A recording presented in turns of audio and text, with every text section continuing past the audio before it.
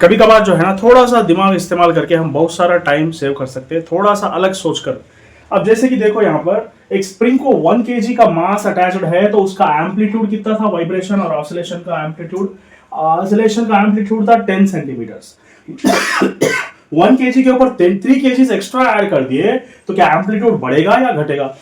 Compulsory घटेगा।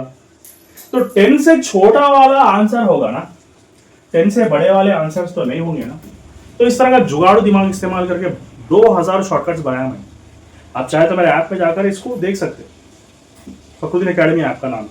कभी भी इस तरह के प्रॉब्लम्स आते हैं तो थोड़ा हम जुगाड़ू तरीके से हम सोचकर बहुत सारा वक्त सेव कर सकते हैं। देखो एक ब्लॉक है जहां पर हम अप्लाइड फोर्स यानी कि मिनिमम फोर्स पूछा और कोएफिशिएंट ऑफ फ्रिक्शन भी दिया। अब 4 ऑप्शंस में से एलिमिनेशन प्रोसेस यूज करेंगे। यहाँ पर सबसे पहले तो क्या है, हम म्यू तो 1 से कम होगा ना, अगर म्यू इज इक्वल टू 1 डाल दिए तो 2 ऑप्शंस एलिमिनेट हो जाएंगे। तो यहां पर 1 डाल दिए तो ये 0 हो जाएगा, यहां पर 1 डाल दिए तो ये इंफिनिटी हो जाएगा, ये 0 हो जाएगा।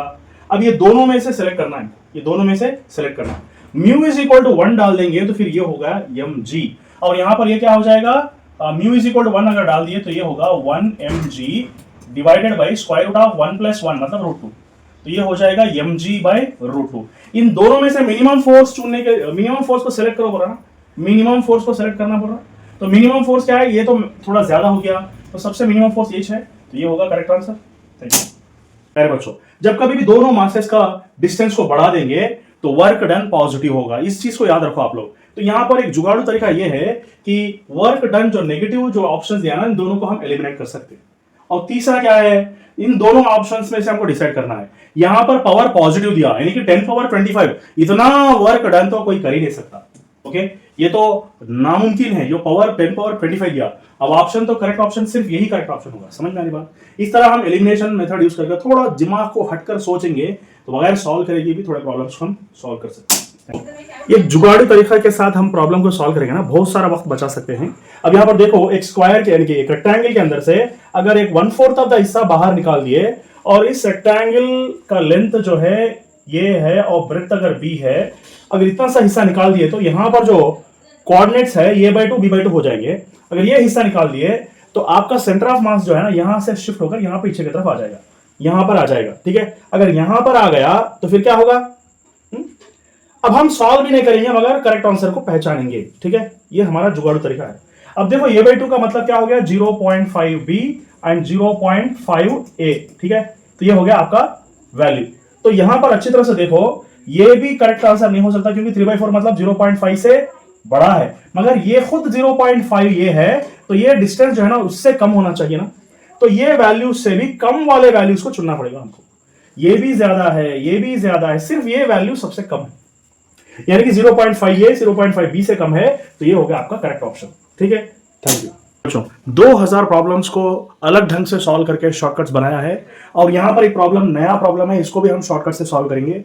अब यहां पर देख लो, एक ट्रेन है जिसका वेलोसिटी 0 था और 30 सेकंड तक उसकी वेलोसिटी v हो जाएगी, फिर उसके बाद और 60 सेकंड के बाद उसको जो है रेस्ट में आना पड़ेगा क्योंकि ब्रेक्स अप्लाई कर दिए, तो यहां पर आकर वो रुक जाएगी। पहला 30 सेकंड वेलोसिटी से जाएगी यानी कि एक्सेलरेशन होगा, फिर आखिर का उसके बाद का 60 सेकंड्स में डीसेलरेशन होगा। तो यहां पर इतना लंबा मेथड यूज करेंगे हम जनरली। तो मैं क्या कहा, इसको ग्राफ से भी सॉल्व कर सकते, इतना आसान है। देखो पहला 30 सेकंड तो यहां से यहां तक जाएगी ट्रेन, उसका ग्राफ ये होगा, फिर बाकी के 90 सेकंड जाकर फिर से फाइनल वेलोसिटी 0 हो जाएगी। अब यहां पर हम करेंगे क्या, v is equal to u plus at, u is equal to 0, v is equal to at, acceleration दे दिया 2 इंटू 30 सेकंड्स तक जाएगी ना, इस तरह 30 सेकंड तक, इसका मतलब 60, फाइनल वेलोसिटी 60 मीटर्स पर सेकंड हो गया। ठीक है, फिर उसके बाद आकर रेस्ट में आ जाएगी। तो बस इतना सा वैल्यू अगर मिल गया ना तो आप प्रॉब्लम आसानी से सॉल्व कर सकते हैं। बस इस ग्राफ का एरिया मालूम करना है, हाफ। ओके, इसका मतलब हाफ इंटू बेस, बेस का मतलब यहां से यहां तक कितना हो गया, 90 सेकंड्स हो गया। पहला 30 सेकंड्स, उसके बाद का 60 सेकंड्स, उसके बाद का हाइट, हाइट का मतलब 60। Okay, so 2 1s 2 30s 3 9s are 27, 2700 metres, इसका मतलब क्या हो गया, 2.7 किलोमीटर इसका आंसर है। देखो सिर्फ एक ही स्टेप में सॉल्व करें instead of wasting lot of this time. तो इस तरह के जुगाड़ू तरीके के लिए हमारा ऐप डाउनलोड कर लीजिए, फखरुद्दीन एकेडमी। Thank you. प्यारे बच्चों, इस तरह के प्रॉब्लम को सिर्फ एक लाइन ड्रॉ करेंगे तो फिर आंसर आ जाएगा, सिर्फ एक ही लाइन। ठीक है, तो लाइन क्या है, यहां पर एक लाइन डाल दो, बस समझ में आ रही बात। एक ऐसा हॉरिजॉन्टल लाइन डाल दो, आपका आंसर आसानी से आ जाएगा। ये 60 है तो फिर ये भी 60 डिग्री, ये 30 डिग्रीज है तो ये भी 30 डिग्रीज हो जाएगा, ऑल्टरनेट इंटीरियर एंगल्स हो जाएंगे, ठीक है। तो यहां पर एक मास को इक्विलिब्रियम पोजीशन में लाने के लिए, बैलेंस्ड पोजीशन में लाने के लिए दो टेंशंस काम कर रहे हैं, ओके। तो बस इतना करना है हमको, ये हो जाएगा T1 cos 60 डिग्रीज और ये हो जाएगा T2 cos 30 डिग्रीज, ठीक है। तो ये दोनों सेम होंगे ना अपोजिट डायरेक्शन में, because body is at equilibrium. बस इतना सा एक स्टेप काफी है आंसर को सॉल्व करने के लिए। अब डालेंगे T1 cos 60 degrees is equal to T2 cos 30 degrees, ठीक है। तो ये होगा T cos 60 मतलब 1/2 और T2 cos 30 मतलब √3/2, तो ये कैंसिल हो जाएगा।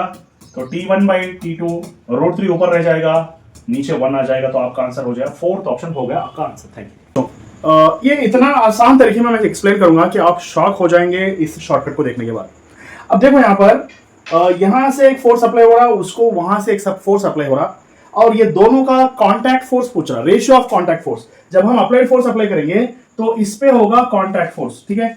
तो वो कांटेक्ट फोर्स क्या होगा, ये contact force let us take it as F1, ये स्मॉल m पे होगा, मास स्मॉल m पे होगा, और इसका कांटेक्ट फोर्स जो है ना, ये कांटेक्ट फोर्स F2 समझो, ये 2m पर होगा, 2m पर अप्लाई होगा।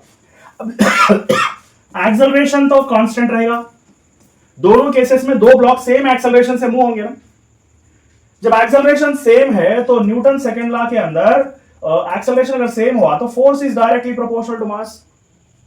तो जिस बॉडी पे कांटेक्ट फोर्स अप्लाई हो रहा उस मास पे डिपेंड करता, ठीक है। अब यहां पर F1/F2 अगर ले लो रेशियो, तो F1 अप्लाई हो रहा m पर और F2 अप्लाई हो रहा 2m पर, ठीक है। दोनों को कैंसिल कर दो, 1/2 रेशियो हो जाएगा, ओके। ये हो गया आपका करेक्ट आंसर।